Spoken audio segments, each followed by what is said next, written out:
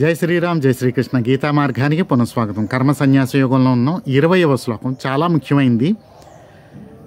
బ్రహ్మవిత్తులు బ్రహ్మాండి స్థితిని గురించి వివరించింది ఈ శ్లోకం. వారు స్థిరబుద్ధులై ఉండి అసమ్మూఢులై ఉంటారంటే మోహాన్ని పొందరు. అలాగే ప్రియమైనది ప్రాప్తించినప్పుడు నా ప్రహృషియేత్, ఉబ్బి దబ్బిపైపోవడం లాంటిది చేయరు. అప్రియాన్ని పొందినప్పుడు నా ఉద్విజేత్, దుఃఖాన్ని క్లేదాన్ని లేకపోతే ఆ దుఃఖాన్ని పొందరు. మనం సామాన్యులు. మనకి ఇష్టమైనది పొందినప్పుడు మనం చాలా ఆనందపడతాం. ఆ ఆనందం ఎంతటిదంటే గత శ్లోకాల్లో చెప్పుకున్నట్లుగా మనిషి నిమ్న స్థాయికి వెళ్ళే కొలది విషయ సుఖాల్లో పొందే ఆనందం చాలా అధికంగా ఉంటుంది అని. మనిషే కాదు, కేవలం జంతుజాలాలు ఏవైనా సరే నిమ్న స్థితిని పొందే కొద్దీ అవి పొందే ఆనందపు స్థాయి అధికంగా ఉంటుంది. సో మన స్థాయి ఎంత ఉందో దాన్ని బట్టి మనం ప్రియమైనది పొందినప్పుడు దాని ద్వారా పొందే ఆనందం స్థాయి, అధిక స్థాయి ఆ విధంగా ఉంటుంది. అది ఒక్కొక్కరికి ఒక్కొక్క విధంగా ఉంటుంది. అయితే దుఃఖాన్ని పొందినప్పుడే అసలైన బాధ. అప్రియమైనది పొందినప్పుడు మనం ఉద్విజేత్ అవుతాం. వారు ఉద్విజేత్ కారు, మనం అవుతాం. ఆ ఉద్విజేత్ అవ్వటం వల్ల, అంటే దుఃఖాన్ని పొందడం వల్ల ఆ యొక్క దాని పర్యవసానం మనకి ఎలా ఉంటుంది అంటే బీపీలు పెరిగిపోవడం, పెరాలసిస్ రావడం, కొంతమందికి నిద్ర పట్టకపోవడం, బ్రెయిన్ స్ట్రోకులు రావడం, ఇలాంటివన్నీ జరుగుతున్నాయి. కారణం ఆ దుఃఖాన్ని మనం యాక్సెప్ట్ చేయలేని స్థితి. అసలు దుఃఖం ఎందుకు వస్తుంది అంటే మన యొక్క అసమర్థత విషయాల పట్ల, లేదా హెల్ప్లెస్, లేకపోతే నాలెడ్జ్ లేకపోవడం, ఏం చేయాలో తెలియకపోవడం, ఇలాంటి వాటి వల్ల ఆ విషయాలను డీల్ చేసినప్పుడు దుఃఖం వస్తుంది, నష్టం వల్ల, ఇలాంటివి. ఆ దుఃఖాన్ని మనం యాక్సెప్ట్ చేయలేని స్థితి. దాన్ని తిరస్కరించినప్పుడు అది ఇంకా బలంగా మన మీదకి రుద్దినప్పుడు ఈ బ్రహ్మవిత్తుల్లాగా మనం స్థిరంగా ఉండలేకపోతున్నాం, అస్థిరమైపోతున్నాం, మనసుకి స్థిరం లేకుండా ఉంది అని చెప్పుకుంటూ ఉంటాం. అలా ఉండి అదిగో ఆ ప్రాబ్లమ్స్ అన్నీ ఫేస్ చేస్తున్నాం. దీని అంతటికీ కారణం ఏంటంటే మూఢం పొందటం అంటే మోహాన్ని పొందటం. ఎందుకంటే బ్రహ్మవిత్తులు చాలా తెలివిగా స్థిరబుద్ధిని అలవర్చుకుని మూఢాన్ని పొందట్లేదు, కానీ మనం పొందుతాం. అసలు ఈ మూఢం అనేది ఎక్కడి నుంచి వస్తుంది అనేది చూస్తే సాంఖ్యయోగం నిజంగానండి భగవద్గీతకి బేస్ అండి, పునాది. ప్రతి దానికి కూడా సాంఖ్యయోగంలోనే మనకి రెఫరెన్స్ దొరుకుతూ ఉంటుంది. సాంఖ్యయోగాన్ని ఎక్కువగా చదువుకోవాలి. 63వ శ్లోకంలో ఉంది క్రోధోద్భవతి సమ్మూఢ అని. కోపం వల్ల ఈ మూఢం వస్తుంది అని, ఈ మోహం వస్తుంది అని. అసలు కోపం ఎందుకు వస్తుంది? కోపం చాలా కామన్గా వస్తుంది. 62వ శ్లోకంలో చెప్పారు, విషయాన్ని డీల్ చేసినప్పుడు మనకి ఆ విషయం పట్ల ఆసక్తి ఉంటుంది. ఆసక్తి చేత కామము, దానితో క్రోధము. ఈ కామము అంటే ఇంట్రెస్ట్ అండి. ఒక విషయం పట్ల ఇంట్రెస్ట్, అది నెగిటివ్ ఇంట్రెస్ట్ కావచ్చు, పాజిటివ్ ఇంట్రెస్ట్ కావచ్చు. దాని వెనకాలే కోపం కూడా వచ్చేస్తుంది. కోపం బేస్ అయి ఉంటుంది. అది లేకపోతే కామం నిలబడదు, అసలు ఆ ఇంట్రెస్ట్ నిలబడదు. మనకే కాదండి, పెద్ద వారికి, మన గురువు గారికి కూడా వస్తుంది కోపం. ఇప్పుడు ఆయన చక్కగా ఉపన్యాసం చెప్తున్నప్పుడు ఆ మధ్యలో సెల్ ఫోన్ మోగితే ఆయన కోప్పడిపోతారు. మరి ఆయన చెప్పేది చాలా గొప్ప విషయం, మరి ఆ కోపం ఎందుకు వస్తుంది? అంతే, మరి ఆ ఉపన్యాసం చెప్తున్నప్పుడు ఆయన అంతగా ఇన్వాల్వ్ అయ్యి అంత ఇంట్రెస్ట్గా ఉండి చెప్తున్నారు. ఆ మధ్యలో డిస్టర్బెన్స్ వస్తే కోపం వస్తుంది కదా. సో ఇంత కామన్ అనమాట ఈ కోపం రావడం అని. అయితే వారు గొప్పవారు కాబట్టి వెంటనే ఆ కోపం నుంచి వెనక్కి వచ్చేస్తారు, మూఢాన్ని పొందరు.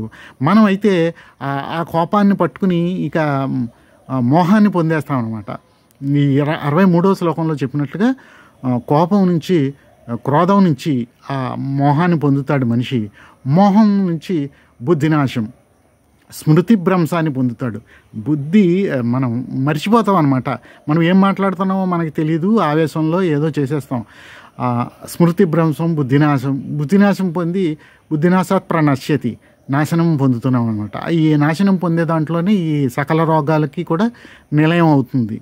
సో ఈ బ్రహ్మవిత్తులు ఏం చేస్తున్నారు? సద్గురువులు, బ్రహ్మవిత్తులు బ్రహ్మాండి స్థితిలో ఉండి స్థిరబుద్ధిని అలవరుచుకుని మోహాన్ని పొందకుండా జాగ్రత్త పడుతున్నారు. అంటే కోపం మోహంగా కన్వర్ట్ అయ్యే స్థితి నుంచి. మనం ఈ శ్లోకాన్ని చెప్పుకున్నప్పుడు బట్టల షాపులో ఉదాహరణ చెప్పుకున్నాం. బట్టలు కొనడానికి వెళ్ళినప్పుడు ఆ వస్త్రాన్ని పరుస్తాడని మనం దాని పట్ల ఆసక్తిని పెంచుకుని తర్వాత అది మనది అనుకుంటాం. ఆ టైంలోనే మన చేతుల్లోంచి లాగేసుకుంటే మనం కోపాన్ని పొందుతాము. కోపాన్ని పొంది మోహాన్ని పొందుతాము. మోహంతో స్మృతి భ్రంశం అవుతుంది.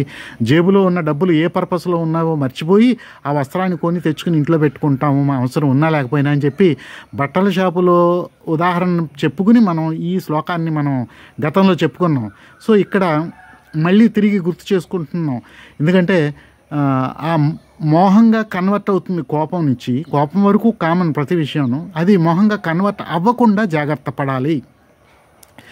ఎలా జాగ్రత్త పడుతున్నాడు, ఆయనకి ఉన్న ఆయుధం ఏంటి అలా జాగ్రత్త పడడానికి అంటే సాంఖ్యయోగంలోనే చెప్పారు ప్రసాదం అని. అంటే వారి దగ్గర ప్రసాదం ఉంది, బ్రాహ్మణుల దగ్గర ప్రసాదం ఉంది, బ్రహ్మాండ స్థితిలో ఉంటారు. అందుకని ప్రసాదే సర్వదుఃఖానాం హానిరస్యోపజాయితే, ఇది కూడా సాంఖ్యయోగంలోనే చెప్పబడింది. ప్రసాదం సర్వ దుఃఖాల యొక్క హాని రసాన్ని తీసివేస్తుంది అని చెప్పబడింది. మన దగ్గర ప్రసాదం లేదు. సో మనం ఏం చేయాలి? ప్రసాదం కోసం బ్రాహ్మణుల్ని ఆశ్రయించాలి, బ్రహ్మాండ స్థితిలో ఉన్నవారిని ఆశ్రయించాలి, భగవంతుణ్ణి ఆశ్రయించాలి. ప్రసాదం సర్వ దుఃఖాల యొక్క హాని రసాన్ని తీసేస్తుంది. ఆ ప్రసాదాన్ని తీసుకున్న తర్వాత మనకి ఆ మోహాన్ని పొందకుండా ఉండే ఆ విద్య అలవడి మనం కూడా స్థిరచిత్తులమై ఉంటాము. అప్రియం ప్రాప్తించినప్పుడు మనం ఉద్విజేత్ కాకుండా ఉంటాం. అలాగే ప్రియం ప్రాప్తించినప్పుడు మరీ నిమ్న స్థాయిలో పడిపోయి అధికంగా ఆనందించకుండా కాస్త ఉన్నత స్థాయిలో ఉండి బ్యాలెన్స్డ్గా ఉండడం కూడా అలవాటు అవుతుందన్నమాట. మరి ప్రసాదాన్ని కొందరు తిరస్కరిస్తున్నారు. అదేమిటండి అంటే వారి కర్మ. ఏం చేస్తాం?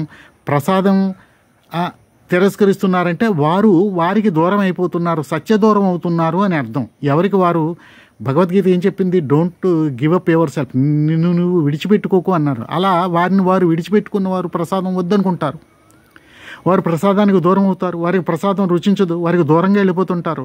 కారణం వారు దూరం అయ్యారు. ఎలా చెప్పగలరు అని అంటే వారికి ఒక స్టాండ్ అంటూ ఉండదు.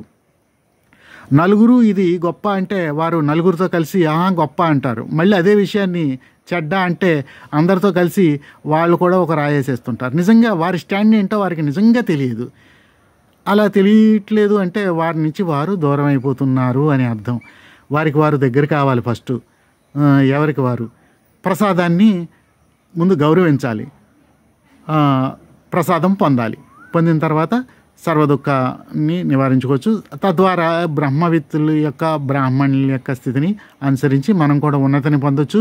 సర్వరోగాలకు నిలయనటువంటి ఈ ఉద్విజేత్ దాన్ని జయించి మనం సుఖ సంతోషాలతో జీవించడానికి అవకాశం ఉంటుంది. కాబట్టి ఈ శ్లోకాన్ని మరొకసారి మీరు మళ్ళీ భగవద్గీత తీసి చదువుకుని కర్మ సన్యాస యోగంలో 20వ శ్లోకము, తర్వాత అలాగే సాంఖ్యయోగాన్ని కూడా, సాంఖ్యయోగంలో ఉన్న 62, 63 శ్లోకాలని కూడా చదువుకుని ప్రసాదే సర్వదుఃఖానం హానిరస్యోపజాయితే అని ఉన్న శ్లోకాన్ని కూడా, అది కూడా సాంఖ్యయోగంలో ఉంది. సాంఖ్యయోగాన్ని ఒకసారి సరిగ్గా చదువుకుంటే రెఫరెన్స్ బాగా దొరుకుతుంది. ఈ శ్లోకాలన్నీ మనకు బాగా కనెక్ట్ అవుతాయి. కాబట్టి జై శ్రీరామ్, జై శ్రీకృష్ణ. మరిన్ని మంచి శ్లోకాలతో ముందు ఇంకా చర్చించుకుందాం.